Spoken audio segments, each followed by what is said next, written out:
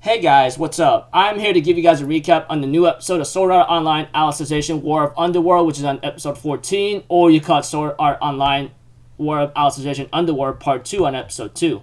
Well, anyways, whichever one that's fitting for you. This episode right here, well, looks like to me things are about to go underway and might get into a little complicated situation. So, if anything else, let's just get this started.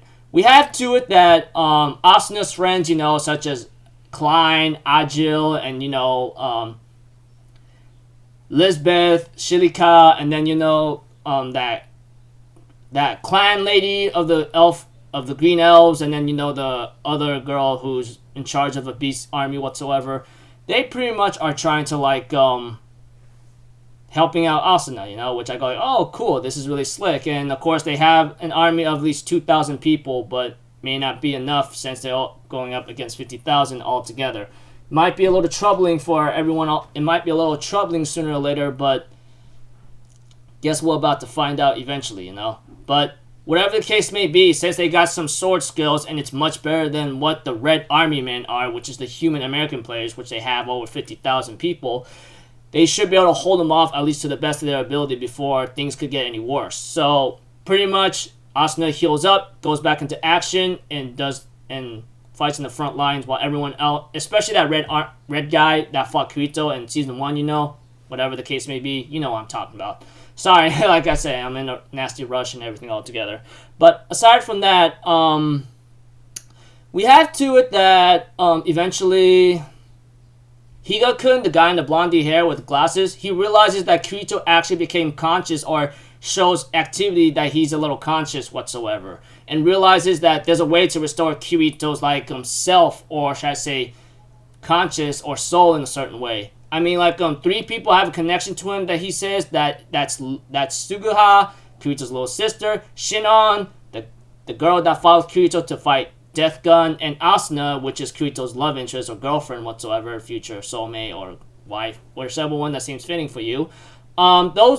Because those 3 people have some kind of memory or connection to Kirito, I guess, Higa-kun, the guy with the glasses or something and blondie hair, he believes that there's a chance to actually restore Kirito's consciousness or restore him back to normal. Which I kind of found it complicated when he tried to explain it to Rinko-senpai and maybe the other guy, which I don't even care about remembering his name because he doesn't seem much of a, how am I supposed to say, important guy to me, even though he has some kind of role to play.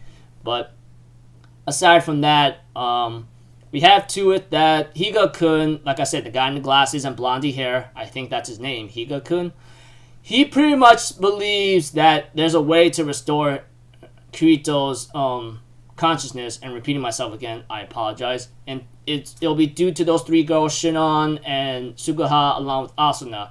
He believes that if he could gather the memories and puts it into Kirito's missing hole in his soul or heart, whichever one that seems fitting for you, he might go back to normal, or he'll be back, he won't be in that soulless state whatsoever.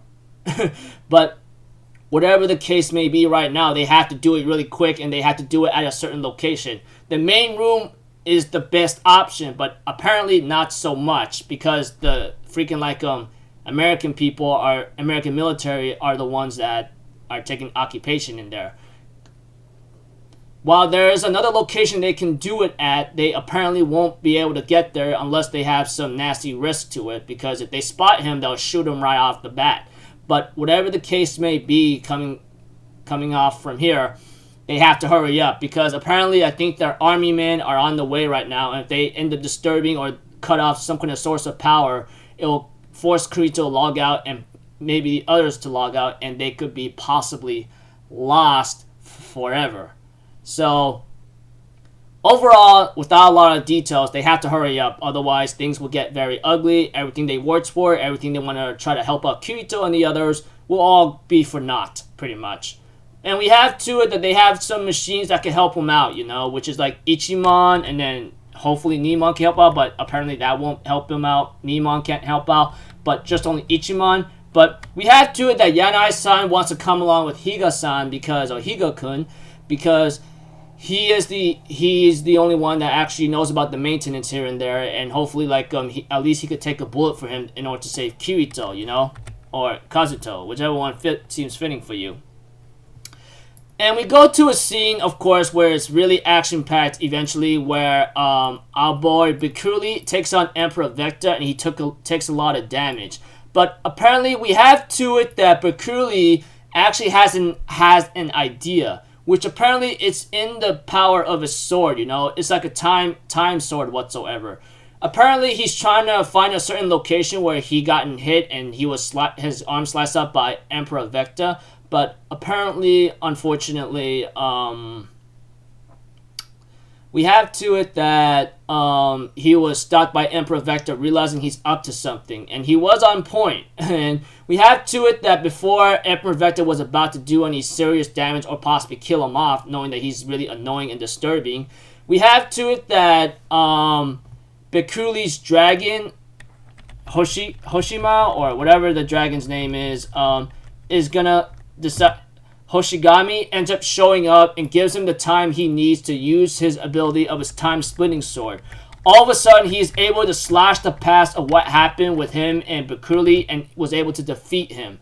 And in his last moments, he remembers having to have Alice on his lap and look over her as his own daughter, you know. Unfortunately for him, when Alice wakes up, Bikuli was already dead. Alice grieves and mourns and cries in great agonizing despair of mentality because what happened.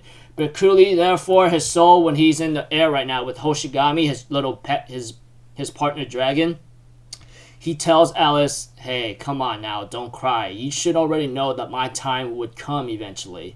It was only the time where, it's only when it was the moment and where. And we have to it that he talks to Quinella, that was the first part of his memory inside his head, and decides to take it on for one last ride and flies away. But not before he gives one last message to Fanatio saying like, I want you to take care of our child and give him a happy life, okay? Promise me that.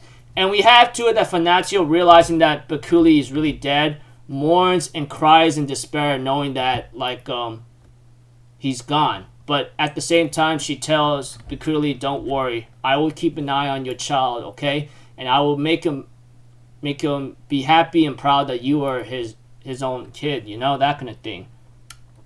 And we have to it that the hacker guy of the military of America says, I sent those 50,000 American players that were scrapped all over America, you know. But the guy, Vasago, he died once and came back once, and he got super excited and converted his personal account to go back in. Realizing that the guy who was Emperor Vector whatsoever, he says, oh, is that so?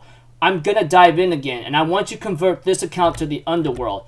And the account that he given to his American brains or hacker is in a cursive way. It says like Sterlinger, I guess, like the way how he written it. It looks like it's GGO 33550336.